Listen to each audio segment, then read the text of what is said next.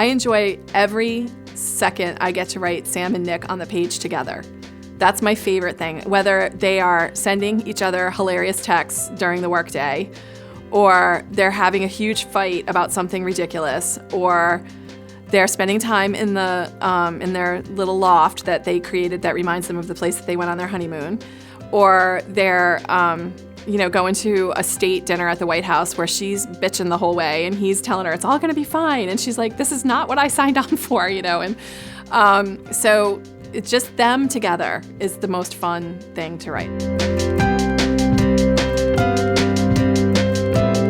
It starts first and foremost with Sam, and I always say she's my favorite character to write because if she thinks it, she says it.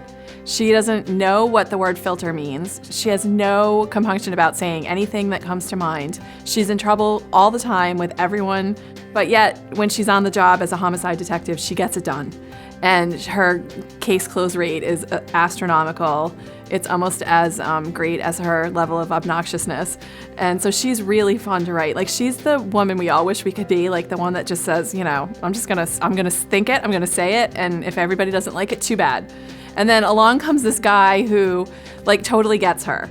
And, he's kind of like the yin to her yang, and they really are just two peas in a pod together, and they're really fun to write. He's very smooth, and he's very calm, and he's her polar opposite in a lot of ways. She comes in and throws the coat over the sofa because she's going to need it again in the morning, so why hang it up? And he's very particular. Everything has to be in its place, and so he's always following her around, and their lives are constantly in a state of upheaval and uproar because of their jobs.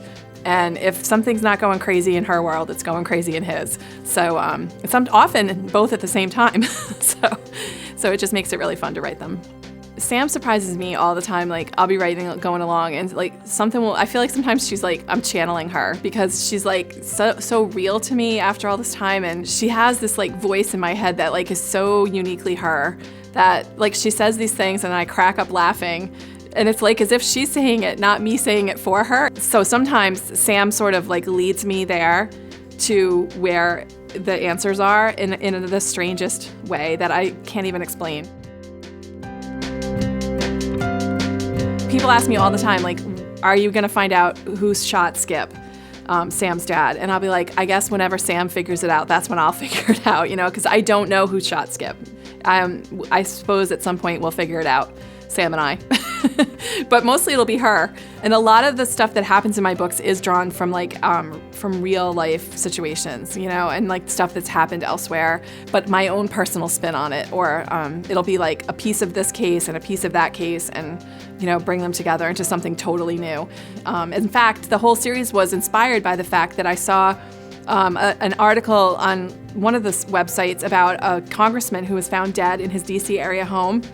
And at first, it was initially investigated as a potential crime.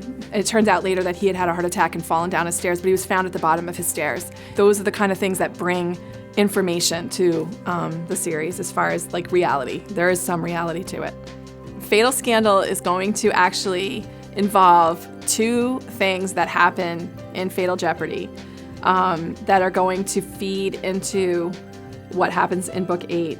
So a decision is made by Chief Farnsworth, who's actually a really good friend of Sam's family. It's one of her dad's best friends, and he makes a interesting call in book 7 that's going to come back to haunt him in book 8. And she's going to be smack in the middle of it all, as she always is.